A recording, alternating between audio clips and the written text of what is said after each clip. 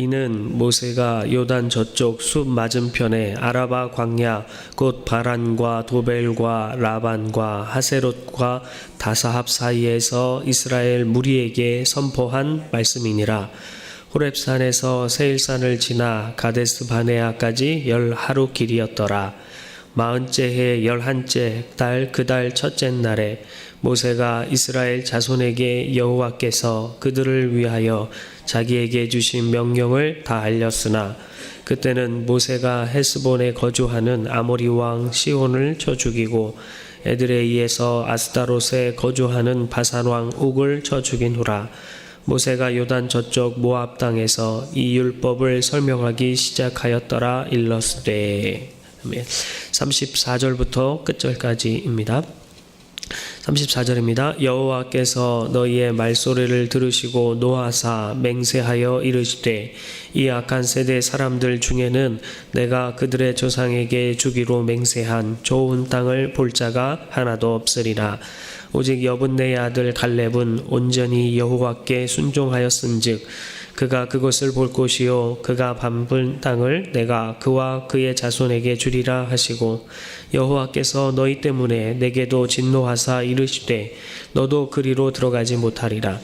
내 앞에 서 있는 눈의 아들 여호수아는 그리로 들어갈 것이니 너는 그를 담대하게 하라.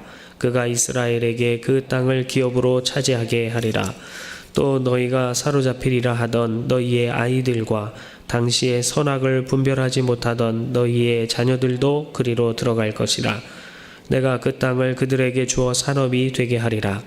너희는 방향을 돌려 홍해길을 따라 광야로 들어갈지니라 하시매 너희가 대답하여 내게 이르기를 우리가 여호와께 범죄하였사오니 우리 하나님께서 우리에게 명하신 대로 우리가 올라가서 싸우리이다 하고 너희가 각각 무기를 가지고 경솔히 산지로 올라가려 할 때에 여호와께서 내게 이르시되 너는 그들에게 이르기를 너희는 올라가지 말라 싸우지도 말라 내가 너희 중에 있지 아니하니 너희가 내 대적에게 패할까 하노라 하시기로 내가 너희에게 말하였으나 너희가 듣지 아니하고 여호와의 명령을 거역하고 거리낌 없이 산지로 올라가매 그 산지에 거주하는 아모리 족속이 너희에게 마주 나와 벌떼같이 너희를 쫓아 세일산에서 쳐서 호르마까지 이른지라. 너희가 돌아와 여호와 앞에서 통곡하나 여호와께서 너희의 소리를 듣지 아니하시며 너희에게 귀를 기울이지 아니하셨으므로 너희가 가데스에 여러 날 동안 머물렀나니 곧 너희가 그곳에 머물렀던 날수대로니라. 아멘.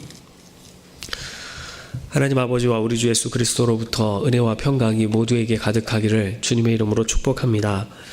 오늘부터 신명기를 함께 새벽마다 묵상하며 기도하며 삶에 적용하고자 합니다. 신명기는 모세오경에 있는 5번째 책입니다. 그래서 모세오경 전체를 마무리하는 그런 위치에 있습니다. 시기적으로 모세가 자신의 죽음을 앞두고 출애굽 2세대들에게 이스라엘 백성이 과연 어떻게 선택된 백성이 되었고 또 어떻게 사는 것이 바른 것인가에 대해서 장장 30장에 이르는 설교를 하고 그 뒤에 모세가 유언을 하고 모세의 죽음이 나와 있는 책이 바로 신명기입니다. 모세를 통해서 애굽을 나온 이스라엘 백성은 홍해를 건너서 출애굽기 19장에 드디어 호렙산 곧 하나님의 산 시내산에 도착하게 됩니다. 거기서부터 약 1년간 머물게 되는데요. 그간의 이야기가 출애굽기 20장에서부터 민수기 9장까지의 내용입니다. 그곳 그 시내산에 이르렀을 때 하나님께서 레위기를 그들에게 허락하시고 또 모세를 통하여 십계명을 허락하시고 그리고 성막을 그들에게 허락하십니다. 하나님의 백성으로 어떻게 살아갈 것인가 살아가는 그 계명, 그들의 법칙, 율례 이것이 십계명이고 모든 삶과 예배에 관한 규칙, 어떠한 자세 이런 것들을 레위기를 통해서 이야기를 하시는 것입니다. 그리고 민수기 9장까지가 그 내용이고 민수기 10장에 드디어 구름이 떠올라서 그들이 이동하는 모습을 보게 됩니다. 그래서 민수기 10장에서부터 시내산을 떠나서 가데스 바네아에 이르게 되고 거기서 정탐꾼 12명의 정탐꾼을 보내고 40일을 정탐한 후에 그들의 보고를 듣습니다. 그리고 2명의 사람에게 긍정적이고 희망찬 소식을 듣고 10명에게 부정적이고 절망적인 소식을 듣게 됩니다.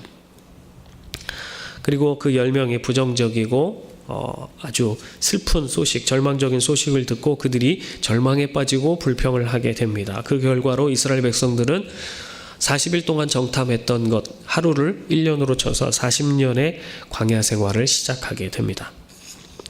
그래서 출애굽 1세대가 하나님의 말씀대로 모두 광야에서 죽게 되고 이제 약속하신 가나안 땅에 들어갈 출애굽 2세대가 가나안 땅이 보이는 그 요단강 건너편 모압 평지에 이르게 되는 것까지가 바로 민수기 끝부분입니다. 이제 신명기는 모세가 말씀을 받았던 출애굽 1세대들이 다 광야에서 사라져버린 이 시점에서 하나님께서 약속하신 그 가나안 땅에 들어갈 2세대들에게 다시 한번 하나님의 말씀이 무엇인지, 율법이 무엇인지, 하나님의 택한 백성으로 어떻게 사는 것이 바른 삶인지 모세가 가르치는 내용입니다. 그 내용은 3편의 설교로 구성되어 있는데요. 1장부터 4장 초반까지, 그리고 4장 후반부터 26장까지, 그리고 27장에서 30장까지 모두 이렇게 3편의 설교로 구성되어 있습니다. 그런데 3편 설교를 한 것이 아니고 모세가 다양한 그 상황 속에서 수차례에 걸쳐 행한 설교들을 모아서 3부짜리 연속 설교로 재구성했다라고 보는 것이 좀 더 타당하게 보입니다. 왜냐하면 1절에 보면 그 내용이 나오기 때문에 그렇습니다. 좀 이따 다시 한번 자세히 살펴보겠지만 그 광야의 모든 생활 속에서 여기저기서 이야기했던 그 말씀들을 다시 한번 모압 평지에서 정리하고 있는 것이죠. 신명기라는 이름을 원어로 보면 그 뜻이 그 말씀이라는 뜻입니다. 하나님이 자신의 백성들에게 하신 바로 그 말씀이라는 뜻이죠. 신명기를 통해 자신의 백성 이스라엘 자손들에게 하시는 말씀이 무엇이었는지, 또 오늘날 나에게 주시는 말씀이 무엇인지 깊이 알아갈 수 있는 그런 은혜가 있기를 주님의 이름으로 축복합니다. 함께 읽은 오늘 신명기 1장은 첫 번째 설교의 시작이면서 30장까지 이르는 그 모세의 설교의 서론 부분이고 머릿말입니다. 이 서론부에 해당하는 첫 번째 설교에는 2가지 핵심이 있습니다. 하나는 하나님이 자기 백성들에게 주신 율법 조항들을 자세히 제시하는 것이죠. 하나님께서 주신 말씀, 율법, 율례, 삶의 기준은 바로 이것이었다라고 이야기해 주는 것입니다.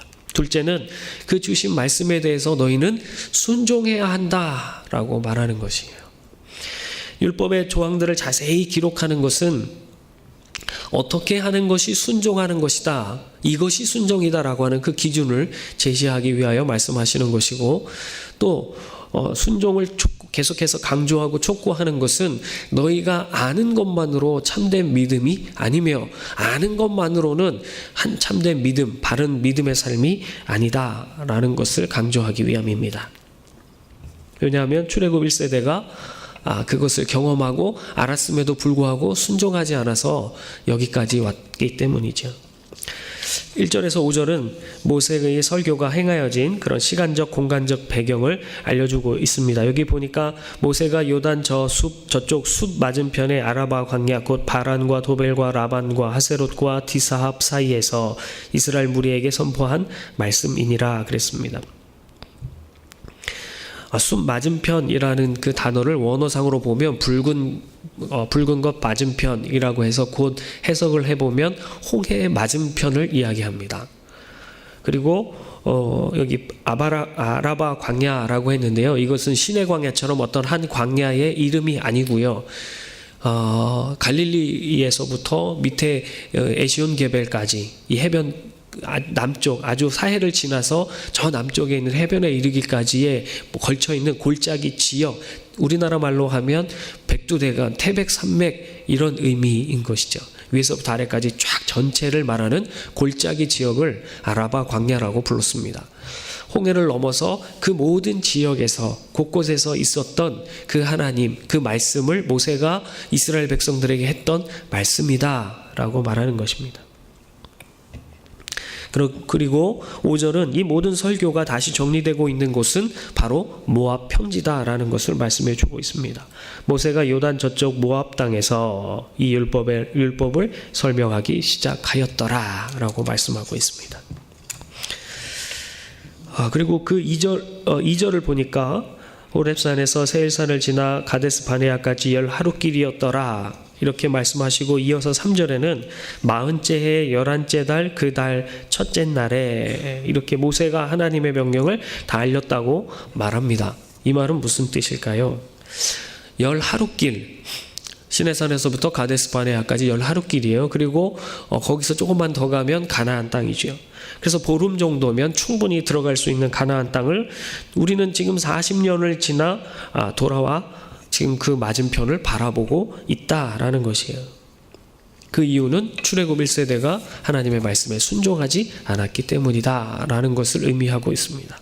또 4절에서는 전쟁에 승리한 이야기들을 하고 계시죠. 뜬금없이 아모리 왕 시온을 쳐 죽인 것과 바산왕 옥을 쳐 죽인 사실을 이야기합니다. 이것은 무엇이냐면 이제 광야를 지나오는 동안에 그들이 가진 무기가 없었어요. 그래서 싸움을 어떻게 할 것인가, 전쟁을 어떻게 할 것인가 그랬지만 결국 하나님을 의지하고 나갔던 하나님의 백성들이 아모리 왕 시온과 바산왕 옥을 쳐 죽인 사건, 그 이야기를 하면서 이제 가나안 땅에 건너가서 가나안 땅 정복 전쟁을 할 때에 너희가 준비해야 할 것은 싸움의 기술이 아니라 하나님의 말씀을 의지하고 그를 의지하는 것이다 라는 사실을 알려주기 위하여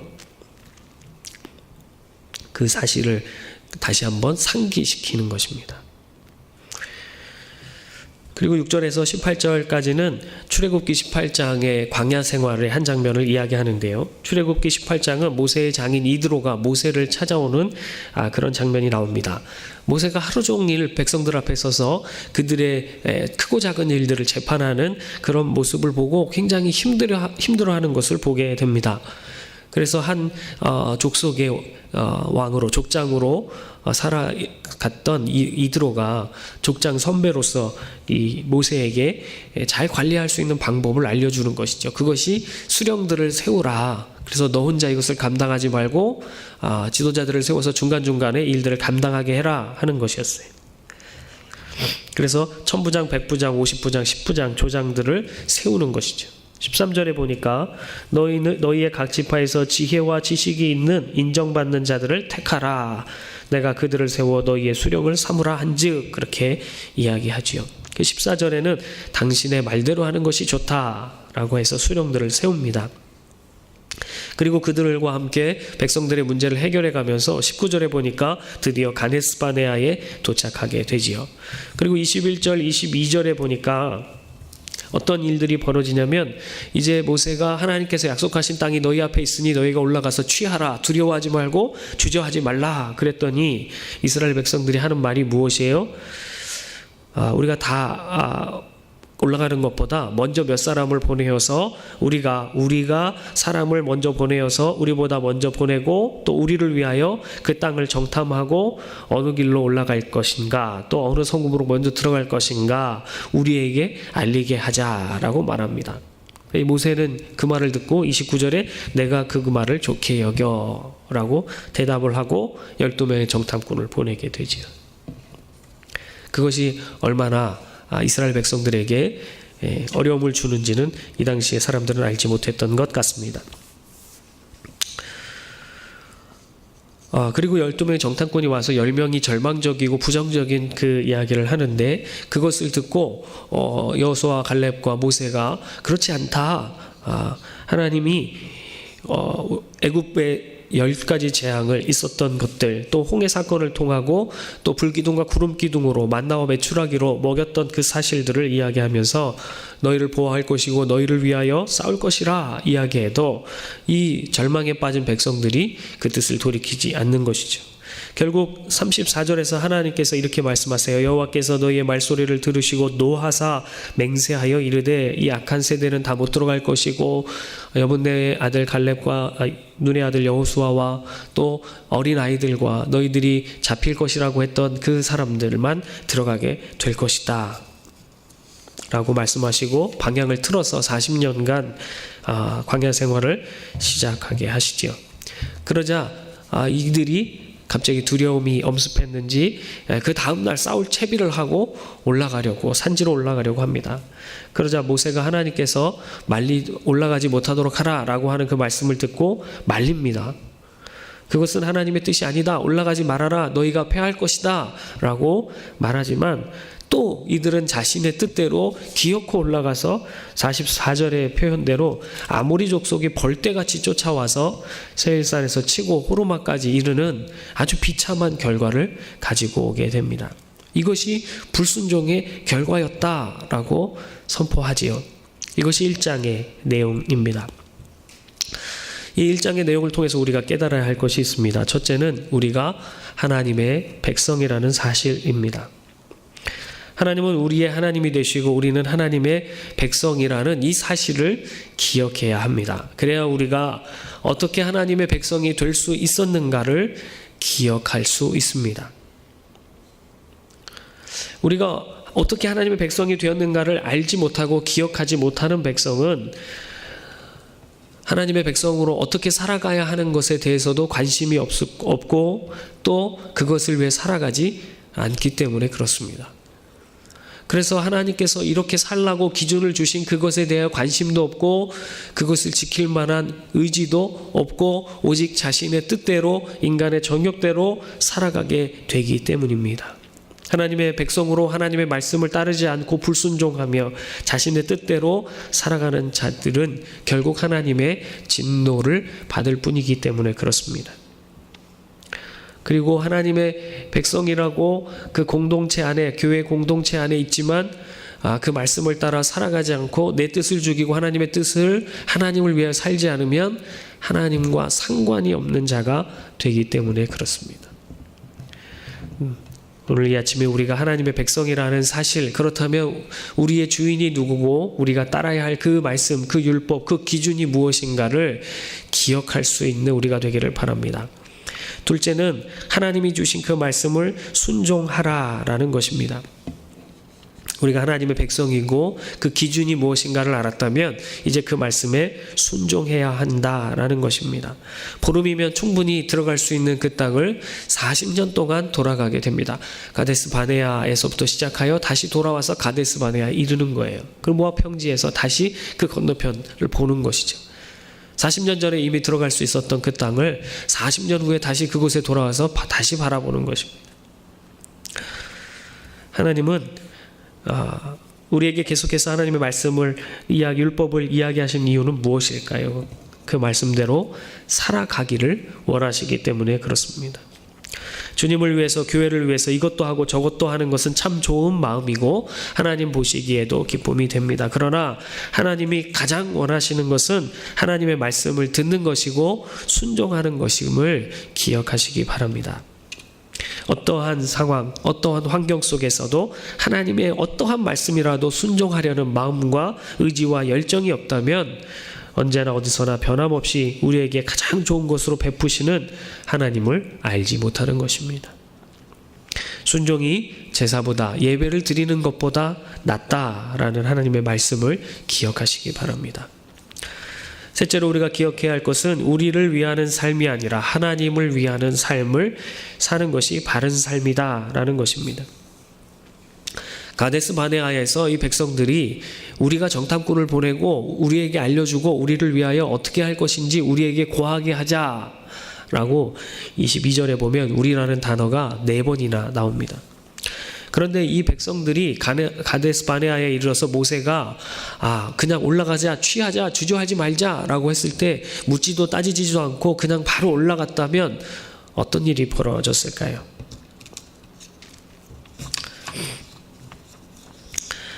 아마도 그 즉시로 가나안 땅을 정복하고 그 약속의 땅을 차지하며 정말 행복한 그 하나님이 다스리시는 그런 삶을 살지 않았을까 생각이 듭니다. 나 자신을 위하는 삶, 나를 기쁘게 하는 삶, 또 내 옆에 있는 사람을 기쁘게 하는 삶은 성도의 삶이 아니다라는 것입니다. 인간이 창조된 목적은 하나님을 영화롭게 하며 영원토록 그를 즐거워하는 것임을, 그를 기쁘시게 하는 것임을 기억하시기 바랍니다. 교회 안에서 사람을 좋게 하는 것과 편하게만 하는 것은 바른 믿음의 삶이 아닙니다. 날마다 우리가 살아가며 선택해야 할 일들이 많이 있는데 그럴 때마다 우리는 항상 하나님을 위하는 것이 무엇인지를 생각하고 결정해야 할 것입니다. 그것이 하나님의 백성으로 바른 삶이기 때문에 그렇습니다. 사랑하는 성도 여러분, 우리는 하나님께서 그리스도의 보혈로 사신 하나님의 백성입니다. 우리를 구원하신 하나님은 우리를 자기의 백성으로 삼으셔서 사랑하시고 이끄시고 보호하십니다. 우리는 하나님의 말씀을 기준으로 삼는 하나님의 백성임을 기억해야 합니다. 또한 한 나라의 백성이 그 나라의 법을 준수하며 살아가듯이 하나님의 말씀을 준수하고 기쁘게 순종해야 합니다. 그래서 인간을 또 사람들끼리 서로를 위하는 삶이 아니라 하나님을 기뻐하며 하나님이 기뻐하시는 삶, 하나님을 위하는 삶을 살아가야 합니다. 이것이 꼭 어떤 교회를 위하고 헌금을 많이 하고 복음을 전하는 전도의 일을 많이 하고 이것이 아니지요. 내가 내 인간적인 생각으로 나를 위하고 사람을 위하는 그러한 삶이 아니라 하나님께서 내게 주신 그 말씀을 따라 그 기준을 따라서 그 사랑과 은혜를 내 이웃에게 나누는 것이 바른 삶이다라는 것이죠. 나를 위하는 것, 인간의 중심이 아니라 내 뜻이 아니라 하나님의 뜻대로 살아가는 것, 그것이 바른 삶이다라는 것이에요. 그렇게 하나님을 위하여 살아갈 때 그 말씀, 그 기준이 무엇인지를 알아야 하고 그것을 아는 것에 그치지 말고 순종해야 한다. 이것이 성도의 바른 삶이다라는 것입니다. 그것을 기억하고 오늘도 하나님의 백성으로 바르게 예배하고 바르게 살아가는 우리 모든 성도님들 되기를 주님의 이름으로 축복합니다. 기도하겠습니다. 하나님, 우리의 구원자가 되시고 보호자가 되시고 우리의 인도자가 되어주시니 감사합니다. 우리를 하나님의 자녀로 삼아주셨사오니 이제 하나님의 백성으로 하나님의 뜻을 따라 겸손히 순종하며 기쁘게 순종하며 하나님 나라 위하여 주를 위하여 살아가는 우리들이 되게 하여 주옵소서. 예수님의 이름으로 기도드립니다. 아멘.